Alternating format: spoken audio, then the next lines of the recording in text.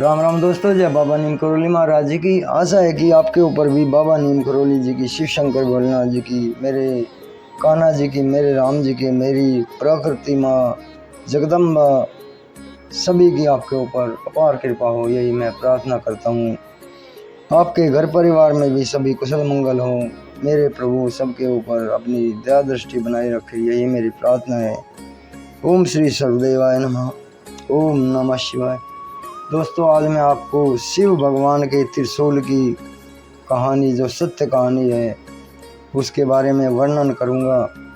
जो शिव भगवान का त्रिशूल पृथ्वी में एक जगह गड़ा हुआ है, गड्ढा है उसमें, और वो इतना भारी है कि उसे क्रेनों से एक बार निकाला गया था, और वो वैज्ञानिक उसे वहाँ से निकाल कर ले जाते हैं। और तब जब वो वहाँ से निकाला जाता है, उसके बाद में बारिश नहीं रुकती। जब कई दिन बारिश होते हुए चलती रहती है, फिर वैज्ञानिक चिंतित होते हैं कि मौसम विभाग की कोई जानकारी नहीं है, लेकिन बारिश फिर भी रुक नहीं रही, ये कैसी बात है। तभी एक उन वैज्ञानिकों में हिंदू संस्कृति को ज़्यादा समझने वाला हिंदू था। उसने भगवान शिव की इस त्रिशूल की महिमा को उन वैज्ञानिकों, अंग्रेज वैज्ञानिकों को बताया और कहा कि ये भगवान जी का त्रिशूल है, इसे उसी जगह पर ले जाकर रख दिया जाए, गाड़ दिया जाए जहाँ पर ये था, तभी ये बारिश रुक सकती है। तो वे अंग्रेज जो वैज्ञानिक थे, वे उस हिंदू वैज्ञानिक की बात समझ जाते हैं और उसे वापस ले जाने की तैयारी करते हैं। लेकिन जिन मशीनों द्वारा वो त्रिशूल लाया गया था, उन मशीनों द्वारा वो हिलता भी नहीं है। तो फिर वे वैज्ञानिक असंभव में आ जाते हैं। दोस्तों, अंग्रेज वैज्ञानिक फिर क्या करते हैं, इसी पूरा विवरण, पूरी मेरे महादेव के त्रिशूल की कथा है, सत्य कथा है, लेकिन इससे कहानी का रूप दोबारा दिया है। जैसा भी है मेरे भगवान, अगर कोई मुझसे गलती हो जाए, मेरे महादेव मुझे क्षमा करना। त्रिशूल, शिव भगवान के त्रिशूल की कथा। भगवान भोलेनाथ के त्रिशूल की महिमा से पूरा विश्व परिचित है, लेकिन आज भी पुरातत्व विभाग द्वारा शिव के त्रिशूल पर शोध कर रहा है, और इसी से प्रेरित होकर भोलेनाथ के त्रिशूल की महिमा का चित्रण धार्मिक काल्पनिक कहानी के रूप में किया गया है। मुझे पूरा विश्वास है कि कहानी आपको शिव के त्रिशूल की शक्तियों से अवगत कराएगी। एक बहुत ही पुराना गांव था, जहां बहुत से खंडर बने हुए थे, और इन खंडरों में कई वर्षों से पुरातत्व वैज्ञानिक रिसर्च के लिए आया करते थे। वैज्ञानिकों को इस गांव से हिंदू संस्कृति से जुड़े कई प्राचीन वस्तुएं प्राप्त हुई थी, इसलिए यह गांव प्राचीन हिंदू सभ्यताओं की खोज के केंद्र के रूप में जाना जाता था। लेकिन उनकी खोज अभी तक अधूरी थी, क्योंकि वह धार्मिक ग्रंथ में बताए गए अस्त्र शस्त्रों की खोज में लगे हुए थे। एक बार उसी गांव के मैदान में बच्चे फुटबॉल खेल रहे थे। अचानक उनकी फुटबॉल एक गड्ढे के अंदर चली जाती है। गड्ढा काफ़ी गहरा था, इसलिए बच्चों की हिम्मत उस गड्ढे के अंदर जाने की नहीं हो रही थी। तभी गांव में एक फेरी वाला, कपड़ा बेचने वाला आता है। बच्चे उसे रोक लेते हैं और उससे अपनी फुटबॉल निकालने की जिद करने लगते हैं। फेरी वाला बच्चों की जिद मानकर गड्ढे के अंदर घुस जाता है। अंदर बहुत अंधेरा था, जिस वजह से उसे कुछ दिखाई नहीं दे रहा था। वह अंदाजे से नीचे उतरता जा रहा था। अचानक उसका पैर फिसल जाता है और वह गड्ढे के अंदर जाकर फंस जाता है। फेरी वाला दर्द से चीख उठता है और उसकी आवाज़ सुनकर आसपास के लोग गड्ढे के पास जमा हो जाते हैं और सभी उसे निकालने की कोशिश करने लगते हैं। फेरी वाला किसी चीज़ से अटक गया था और उसके पैर की हड्डी टूट चुकी थी, जिसके कारण वह खड़ा भी नहीं हो पा रहा था। उसे निकालने के लिए सरकारी बचाव दल को बुलाया जाता है। बचाव दल के अधिकारी इलेक्ट्रिक गैजेट्स के साथ आते हैं, गड्ढे के अंदर प्रवेश करते हैं। उनके पास तेज रोशनी की टॉर्च होती है, जिससे वह गड्ढे के अंदर सभी चीज़ों को साफ साफ देख पा रहे थे। वह जितनी नीचे उतरते जा रहे थे उतना ही उन्हें सांस लेने में परेशानी हो रही थी। जैसे ही वह फेरी वाले के करीब पहुंचते हैं, फेरी वाला एक बहुत बड़े लोहे के स्तंभ में फंसा होता है। अधिकारी उसे बड़ी मुश्किल से रेस्क्यू करके गड्ढे के बाहर लाते हैं, लेकिन गड्ढे के अंदर लोहे का स्तंभ उन्हें विचलित कर रहा था, क्योंकि गड्ढे के आसपास कोई घर नहीं था। फिर इतना बड़ा लोहे का स्तंभ कहाँ से आया? वह लोहे को बाहर निकालने का फैसला करते हैं, लेकिन यह क्षेत्र पुरातत्व विभाग के अंदर आता है, इसलिए यहाँ उपस्थित किसी भी खनिज को बिना उनके अनुमति के नहीं लिया जा सकता। बचाव दल के अधिकारी पुरातत्व विभाग को बुलावा भेजते हैं, और जैसे ही वह इस लोहे के स्तंभ की जांच करते हैं तो उनकी खुशी का ठिकाना नहीं होता, क्योंकि यह चीज़ लोहे से नहीं बनी थी, बल्कि अंतरिक्ष के ग्रहों में उपस्थित विभिन्न प्रकार की खगोलीय धातुओं से बना हुआ था।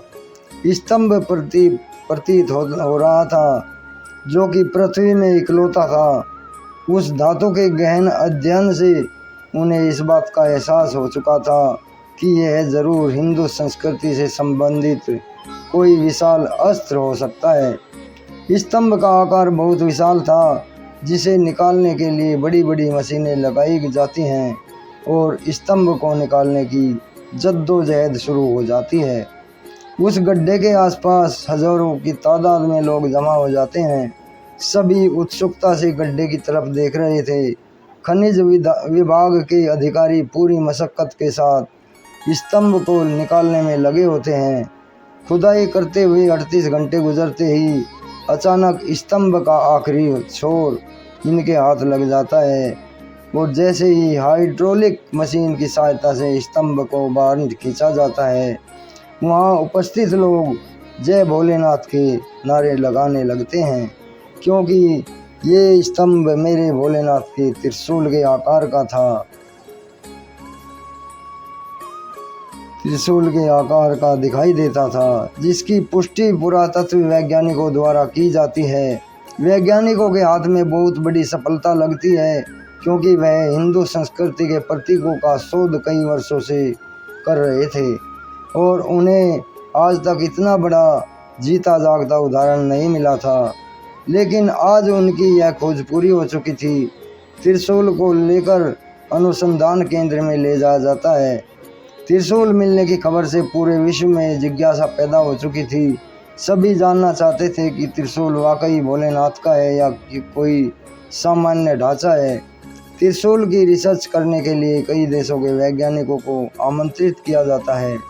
सभी अपने अपने स्तर से त्रिशूल की कई पैमानों में जांच करते हैं, और जब फाइनल रिपोर्ट आती है तो वैज्ञानिकों में खुशी की लहर दौड़ पड़ती है, क्योंकि यह हजारों वर्ष पुराना भोलेनाथ का ही त्रिशूल लग रहा था, क्योंकि इससे जुड़ी जानकारियाँ इस बात को प्रमाणित कर रही थी कि यह पृथ्वी में उपस्थित किसी भी धातु से नहीं बना था, बल्कि अंतरिक्ष में उपस्थित विभिन्न प्रकार की चट्टानों के मिश्रण से इसका निर्माण हुआ था, जो कि अपने आप में अद्भुत अकल्पनीय था। वैज्ञानिक त्रिशूल मिलने की खुशियाँ मना रहे थे। अचानक प्राकृतिक वातावरण बदलने लगता है। गर्मी के मौसम में चारों तरफ जोरदार बारिश प्रारंभ हो जाती है। मौसम विभाग की जानकारी के अनुसार वर्षा अनिश्चित कारणों की वजह से प्रारंभ हुई थी, जिसके बारे में मौसम विभाग को कोई जानकारी नहीं लग रही थी। और तो और सैटेलाइट से भी बारिश से संबंधित कोई संकेत प्राप्त नहीं हो पा रहा था। वैज्ञानिकों में उथल पुथल मच चुकी थी, क्योंकि ऐसा पहली बार हुआ था कि प्राकृतिक घटनाओं का अवलोकन करने में उन्हें परेशानी हो रही थी। उन्हीं वैज्ञानिकों में एक ऐसे भारतीय वैज्ञानिक भी थे जो धार्मिक ग्रंथों की जानकारी रखते थे। तभी उन्हें अंदेशा होता है कि शायद इस त्रिशूल की वजह से मौसम का परिवर्तन हुआ है। वह सभी कहते हैं कि कहीं ऐसा तो नहीं कि यह त्रिशूल जिस जगह पर उपस्थित था उसी वजह से प्रकृति का संतुलन बना हुआ था और हमने त्रिशूल को उस जगह से हटाकर इस संतुलन को बिगाड़ दिया हो। भारतीय वैज्ञानिक की वजह से त्रिशूल के बारे में बहुत सी जानकारियाँ इकट्ठी हुई, इसलिए सभी वैज्ञानिक इनकी इस बात को गंभीरता से लेते हैं और त्रिशूल को वापस उसी जगह ले जाने का फैसला करते हैं जहाँ से वह इसे निकाल कर लाए थे और दोबारा मशीनों की मदद से त्रिशूल को उठाने का प्रयास किया जाता है। लेकिन त्रिशूल का वज़न बढ़ चुका था, बड़ी बड़ी मशीनों से भी त्रिशूल एकदम हिल भी नहीं पा रहा था और वैज्ञानिक चिंतित हो जाते हैं कि उन्हें कुछ समझ में नहीं आ रहा था, क्योंकि जिन मशीनों से उस त्रिशूल को लाया गया था अब उन मशीनों से वो हिल भी नहीं रहा था। तभी भारतीय वैज्ञानिक सलाह देता है कि त्रिशूल शक्ति का प्रतीक है और इसे यहाँ से हटाने के लिए भगवान भोलेनाथ का आह्वान करना होगा, तब शायद भोलेनाथ हमारी पुकार सुनेंगे।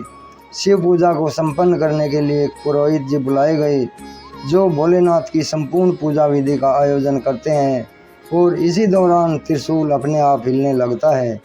उसे हिलता देख वैज्ञानिक हाइड्रोलिक मशीन से त्रिशूल को उठाने का आदेश देते हैं और अगले ही पल त्रिशूल एक पेड़ के पत्ते की तरह उठ जाता है। शिव की महिमा देखकर सभी वैज्ञानिक दंग रह जाते हैं। सभी हाथ जोड़ते हुए भोलेनाथ को प्रणाम करते हैं और जैसे ही त्रिशूल को गड्ढे में वापस प्रवेश कराया जाता है अचानक बारिश रुक जाती है।